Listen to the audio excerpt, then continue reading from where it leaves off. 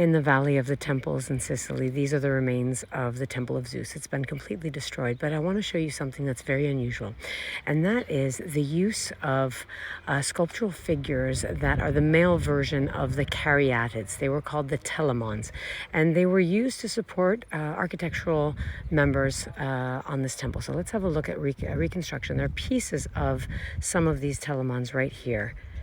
Let's go have a look.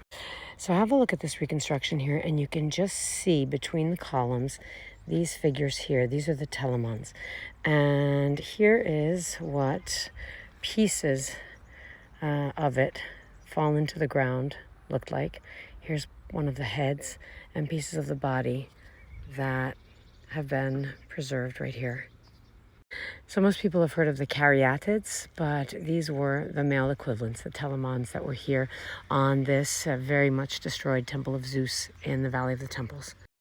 So here is one of these telamons put back together again. Look at the size compared to the people walking around it. Absolutely massive, incredible.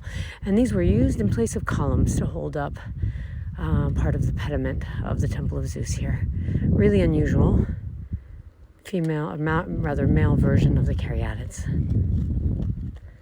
have a look at how huge this is. I'm just standing right next to it. And how long. Absolutely incredible. Trying to take a view from the top here.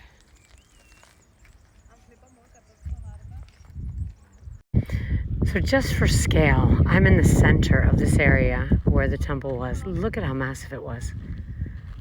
All around me, these are the remains. So presumably the base is over there, and then here is the cella wall. It's hard to reconstruct it completely in your head because it's in such poor state, but it was huge. And of course it was huge because it was dedicated to Zeus, who was the father of the gods. His temples always had to be either in the highest position or the largest.